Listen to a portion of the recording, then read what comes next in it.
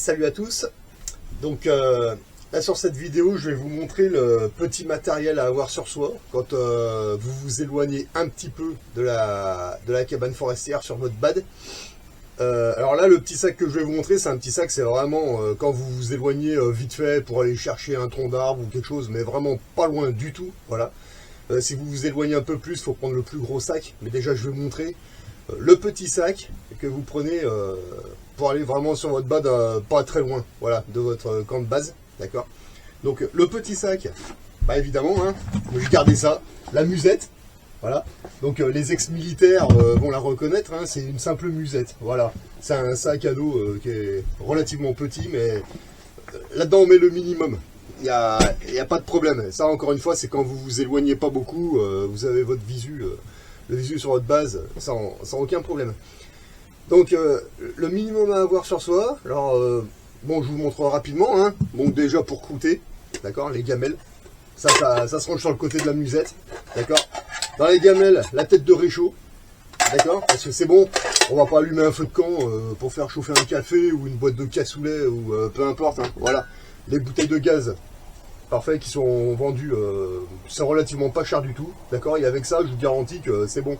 Voilà, donc ça se range sur le côté de la musette, sans aucun problème. De toute façon, ces musettes, elles sont faites pour, vous allez voir, c'est le top, il n'y a pas de souci.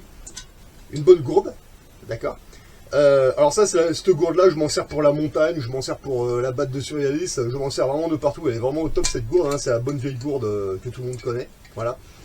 Il y a beaucoup de survivalistes, je sais pas pourquoi ils font ça, ils prennent des gourdes comme ça, et ils s'amusent à les peindre en marron, en vert, en... Alors ça c'est une connerie.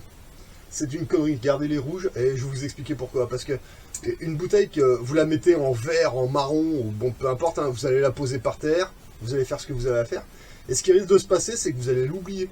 Voilà, parce qu'une gourde verte ou marron, vous la posez par terre dans la forêt, comme ça, ben, quand vous allez vous lever, ça se trouve, vous n'allez pas la flasher. Parce que vert ou marron, bah, ça se fond dans l'environnement, tu comprends? Du moment où elle est rouge, si vous l'oubliez, vous allez faire vos affaires, quand vos yeux vont passer dessus, le rouge il va flasher. Et là vous allez dire, ah merde, putain, j'allais l'oublier. Voilà. Donc le matériel le plus important, vous le laissez en rouge, d'accord? Même si vous avez du matos qui est vraiment important, prenez une bombe de peinture et au lieu de les peindre en vert, peignez-les en rouge ou en jaune, peu importe, mais une couleur que vous voyez, d'accord? C'est bon, c'est une batte de survivaliste, on n'est pas au Vietnam, et en plus de ça, votre matériel en général il est dans votre sac, c'est bon. Hein. Faut arrêter les conneries.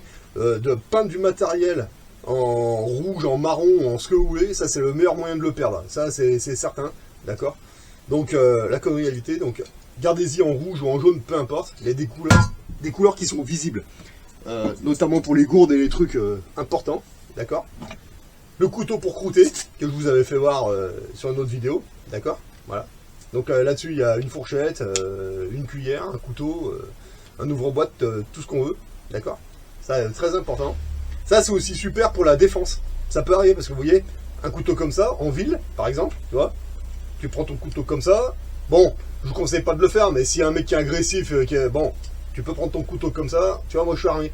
Par contre, ça peut être contrôlé aussi par les services de gendarmerie. Vous êtes dans votre sac, vous avez ça, voilà, dans l'étui, vous avez un simple contrôle, il va vous dire, putain, vous avez, c'est quoi ça? Ah bah c'est pour croûter, d'accord? Ah ouais, mais c'est un couteau, ouais, mais c'est un couteau, mais il y a une cuillère, c'est bon.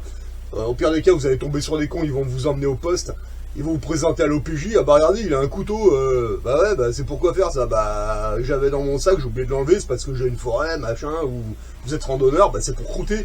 L'OPJ va regarder, il va faire, ouais. Bon, vous allez vous identifier, il va taper votre blaze. Bon, vous n'avez pas de casier judiciaire, vous n'avez pas d'antécédents, vous avez 45 ans, vous bossez. L'OPJ va dire, bon, écoutez, ouais, c'est bon, voilà. Bon, ça, en général, bon, vous irez pas jusqu'au commissariat, mais on peut toujours tomber sur des flics à la con, ça arrive, hein, on en a vu pendant les gilets jaunes. Heureusement, la majorité des policiers et des gendarmes sont des gens très bien, mais vous pouvez tomber sur des cons, mais bon, voilà, c'est pas grave. Alors, bon, ça, c'était la petite parenthèse. Voilà, on va rester sur la batte de survivaliste, donc le couteau pour croûter, et à ma jambe, moi ce que j'ai, encore une fois, on est sur la bad, hein, on n'est pas en ville, on est bien d'accord. Vous avez le couteau forêt, donc il est vendu, bon, allez le voir, il me le vendait comme ça, donc je l'avais trouvé en Suisse, celui-là, j'ai trouvé super, donc couteau de forêt, parfait hein, pour enlever les écorces des arbres, pour faire divers trucs, hein, pour couper des branches, pour faire un feu de camp. Franchement, celui-là, il est parfait, il est tout en métal. Et vraiment tout en métal, hein, il est vraiment au top. Ça va faire au moins 9 ans que je l'ai, et franchement, nickel, il fait le boulot. Voilà, donc ça reste à la jambe, il n'y a aucun souci. Donc en milieu forestier, c'est bon, mais vous ne prenez pas avec ça en ville, on est bien d'accord. Là, c'est clair. Dans la petite poche, un briquet pour faire du feu. Donc ça, c'est le petit classique, d'accord. Et mon meilleur pote, c'est celui-là, voilà. Alors ça, c'est le top, c'est pour faire du feu. Voilà, un bon petit Zippo. Alors celui-là, je l'ai depuis, je l'ai acheté en... Il revient de Corse, celui-là, c'était quand j'étais dans les UISC. Voilà, c'était celui de Corté. Et ben, voilà, il est toujours opérationnel. Ça, c'est le top pour faire du feu. Aucun problème. Ça, c'est le top du top. Voilà. Donc là, ça, c'est le minimum à avoir quand on s'éloigne un tout petit peu de la base, on va dire. Encore une fois, si vous vous éloignez vraiment beaucoup, c'est le plus gros sac qu'il faut prendre, avec le sac de couchage et tout le reste. Mais là, on s'éloigne vraiment un tout petit peu, hein, sans plus, voilà. Sinon, dans la musette, bah, vous mettez une paire de chaussettes de rechange, éventuellement, des t-shirts de rechange, parce qu'il peut se mettre à pleuvoir, un kawaii, une bâche, bon, voilà, le minimum, voilà. Vous avez aussi les petites gamelles, c'est comme ça, pour flotter, pour la flotte, hein, vous pouvez trouver une rivière, peu importe, bon, voilà. C'est bon, ça rentre tout dans la musette, pas de problème. Pour appeler, radio portatif, très bien. Alors, le petit téléphone portable, alors, oui, non, enfin, c'est une forêt, enfin, là, pour mon cas, c'est une forêt, c'est des sapins qui sont relativement hauts, donc avec un téléphone portable, le réseau, pas terrible, donc le mieux pour communiquer avec les gardes forestiers, c'est la radio portatif, d'accord. Voilà, donc ça, c'était pour la petite partie matérielle. Maintenant, la partie identification. Alors, au niveau identification, il y en a certains qui disent ouais, de garder ses coordonnées médicales, nom et tout, sur une clé USB comme ça, que vous mettez autour du cou, d'accord. Pour moi, c'est une grosse connerie. Parce que, bon, ça reste une clé USB, ça reste du numérique, et puis en plus, si vous tombez sur, je sais pas moi, une patrouille de gardes forestiers ou des militaires, hein, ça peut arriver. Ouais, pour vous identifier, et toi t'arrives avec ça, bah oui tiens, l'autre il a pas forcément un ordinateur, ou on est dans la forêt, d'accord, donc en plus ça peut prendre l'humidité, ça peut s'abîmer, c'est de la merde, donc moi j'ai envie de te le dire, ça tu gardes ça à la maison sur ton ordinateur, mais c'est bon. Au niveau identification, moi je prends ça. Voilà, c'est un simple tag médical, voilà, vous pouvez vous en trouver n'importe où dans les surplus de l'armée. Vous faites graver chez un bijoutier, c'est bon, hein. Nom, prénom et numéro de sécurité sociale, comme ça, voilà, vous êtes identifié. Moi je m'en sers pour la montagne, je m'en sers pour vraiment de partout, c'est vraiment le top, voilà. Vous mettez ça autour de votre cou, elles sont vendues par 2 plaques, alors il y a une plaque que vous mettez comme ça, autour de votre cou, hein, tout simplement, voilà, comme ça gêne pas, vous mettez ça dans vos vêtements, voilà. Là, vous avez votre numéro de sécurité sociale, c'est le top, voilà. Et sinon, moi, quand j'étais dans l'armée, donc les ex-militaires vont reconnaître ces plaques, voilà. Donc, il y a la partie gravée, puis là, bon, je vous montre la partie, parce que bon, c'est bon, voilà. La ronde, c'était la marine nationale, et la carrée, c'était l'armée du génie et l'armée de terre, d'accord, voilà. Ça ressemblait à ça, c'était les plaques de l'armée, dessus, il y avait mon numéro, il y avait mon groupe sanguin, le service auquel j'appartenais, et puis mon numéro de matricule, voilà, sur les deux, voilà. Donc, mais bon, là, on est civil, on n'est plus dans l'armée, donc numéro de sécurité sociale, nom, prénom, et ça va très bien, voilà.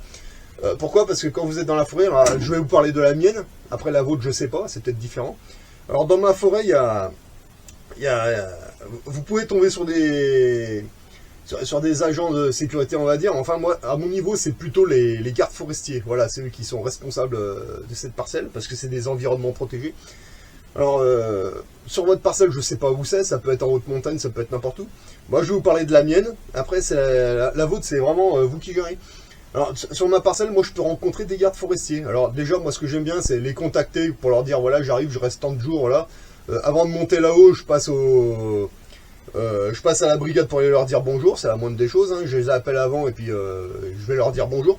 Et ce qui peut arriver quand vous y restez plusieurs jours, c'est que des fois il peut y avoir une patrouille, mais c'est peut-être des mecs qui vous connaissent pas, c'est peut-être une relève ou on sait pas.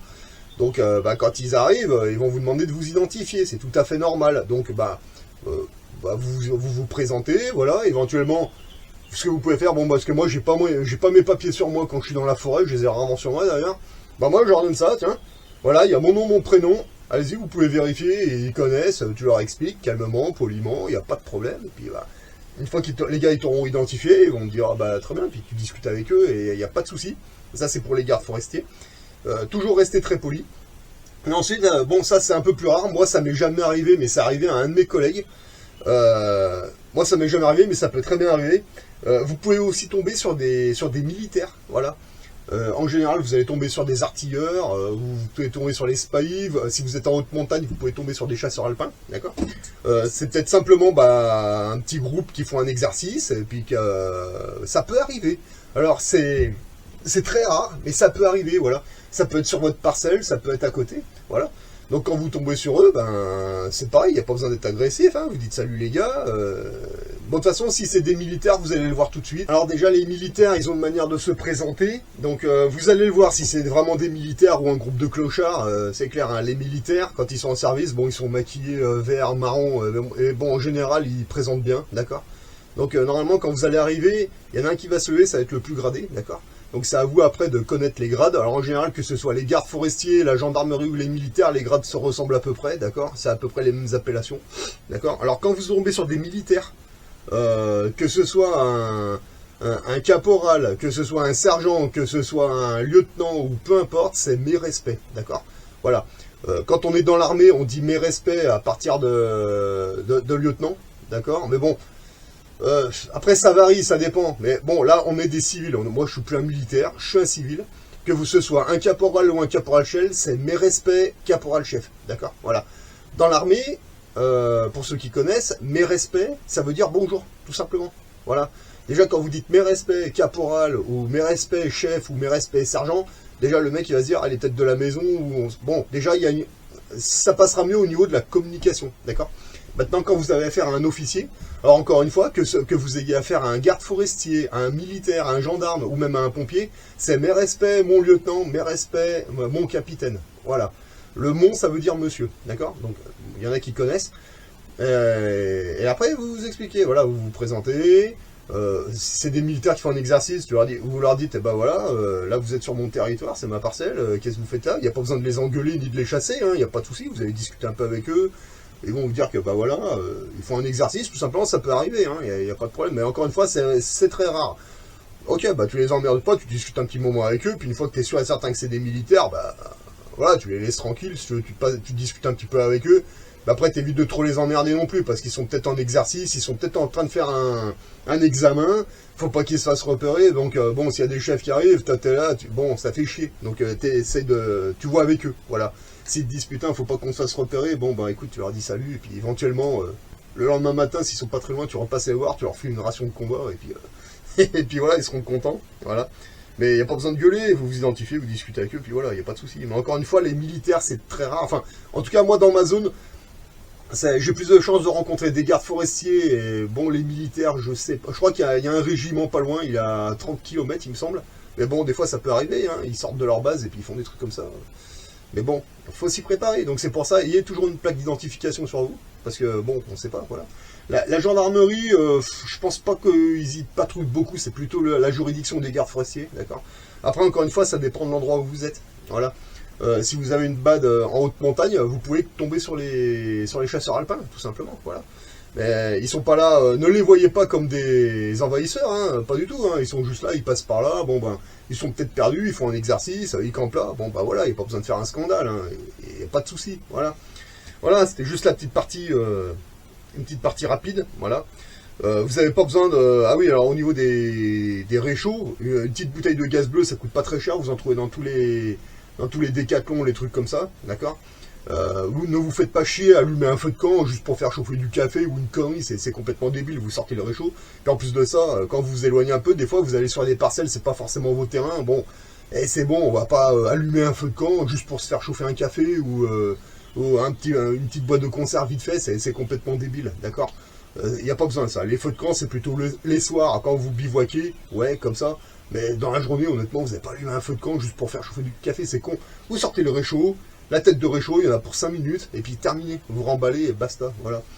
Moi j'ai toujours trouvé ça débile, ces mecs qui font des feux de camp pour tout, pour rien, c'est n'importe quoi. Voilà. Enfin bon, après, moi je vous explique mon point de vue et comment ça marche sur cette BAD. Après, c'est vraiment vous qui voyez. Je suis plutôt minimaliste, hein, je vais pas vous montrer des kilos de matos, ça sert à rien. Quand vous êtes sur votre BAD, si vraiment c'est une forêt comme la mienne, honnêtement, vous faites tomber un arbre, un seul, et franchement, avec un tronc, il y a de quoi faire plein de choses. Voilà, que ce soit pour la cabane forestière, que ce soit au niveau plein de choses. Voilà. Après, c'est du savoir-faire. Voilà, tout simplement. Voilà, donc ça c'était une petite vidéo rapide là, avant de faire ce que j'avais à faire. Voilà. Là, je fais des petites vidéos théoriques comme ça pour démarrer un peu la chaîne. Mais après, j'essaierai d'en faire un peu plus sur le terrain. Et sur le terrain, ça parle beaucoup plus. Voilà. Allez, je vous dis à une prochaine.